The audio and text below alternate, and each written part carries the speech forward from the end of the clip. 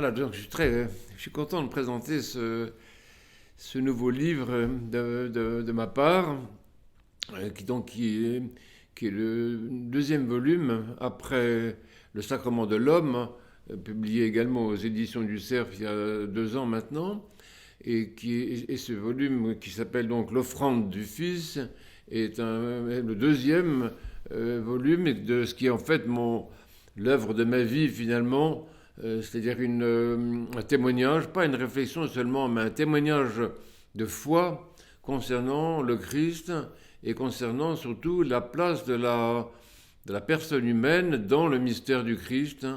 Je cherche à montrer dans ces 3 volumes, donc qui sont le sacrement de l'homme, l'offrande du Fils ici, et ensuite le 3e volume qui s'appellera La personne à la croix.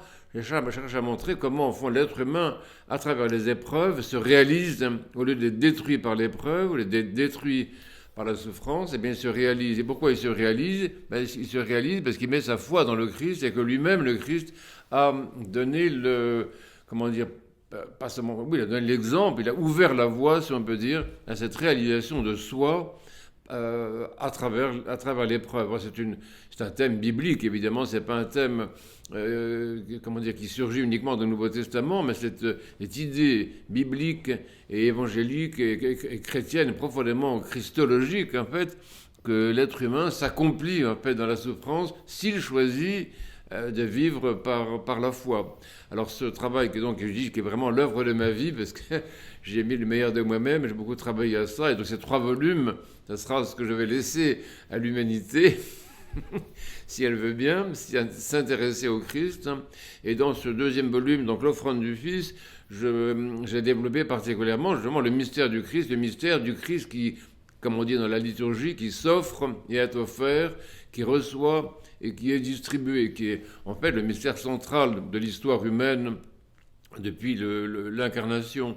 Alors bien sûr, j'emploie un langage un petit peu, comment dire, un peu précis, parce qu'en fait, quand on parle d'un sujet important, on a toujours des mots précis pour le dire, et quand on parle même quand on parle d'amour, je pense qu'on cherche des mots pour dire qu'on aime. Et moi, c'est vrai que dans ce livre, j'exprime ma foi. J'exprime mon amour pour le Christ, j'exprime ma foi pour le Christ, et j'exprime aussi tout ce que j'ai envie de partager avec mes contemporains et mes amis, surtout à l'époque troublée où on est. Enfin, toutes les époques sont troublées, mais là, c'est vrai que c'est particulièrement difficile ces temps-ci, et je crois que si on vit vraiment avec cette relation, cette foi dans le Christ, on comprend aussi pourquoi on se dévoue, pourquoi on essaie de mettre de l'amour dans le monde, pourquoi est-ce qu'on essaie comment dire, de consoler, pourquoi est-ce qu'on essaie d'aider l'être humain à vivre la vie qui lui est donnée et à la vivre dans une vie qui va vers la vie, une vie qui va vers la vie, une vie qui va vers l'épanouissement. Alors c'est vrai qu'on voit beaucoup de personnes qui se dévouent, je l'ai mis d'ailleurs dans la présentation de ce livre, j'ai écrit ça, j'ai mis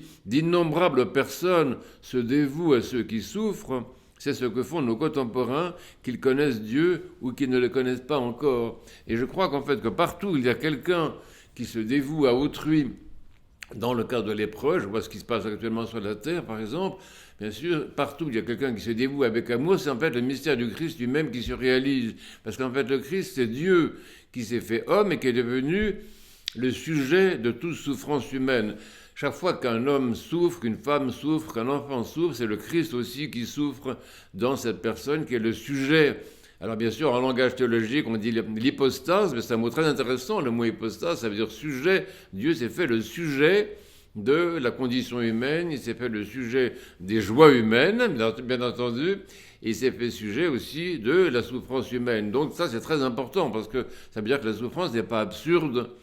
La souffrance n'est pas absurde, elle est habitée. La souffrance humaine est habitée par Dieu. Et donc, nous vivons dans un monde qui n'est pas un monde abandonné par Dieu, mais un monde qui est habité par Dieu. Et particulièrement, Dieu habite dans nos joies et dans nos peines. Donc, c'est ça l'offrande du Fils. Le Fils s'offre tout. Le Fils qui est l'amour en personne, hein, s'offre continuellement, ne cesse de s'offrir pour permettre à l'être humain de transfigurer en fait ce qu'il a à vivre et de transfigurer par l'amour. Donc voilà, je souhaite beaucoup beaucoup de joie. Pas seulement du courage, parce que le livre, effectivement, est un peu musclé, mais je souhaite beaucoup de joie à mes lecteurs les plus proches, parce qu'en fait, je pense que c'est passionnant. Moi, je me suis passionné depuis l'enfance. Je me suis passionné pour le Christ, et je reste un passionné du Christ et de son œuvre, et je voudrais transmettre cette passion aux autres.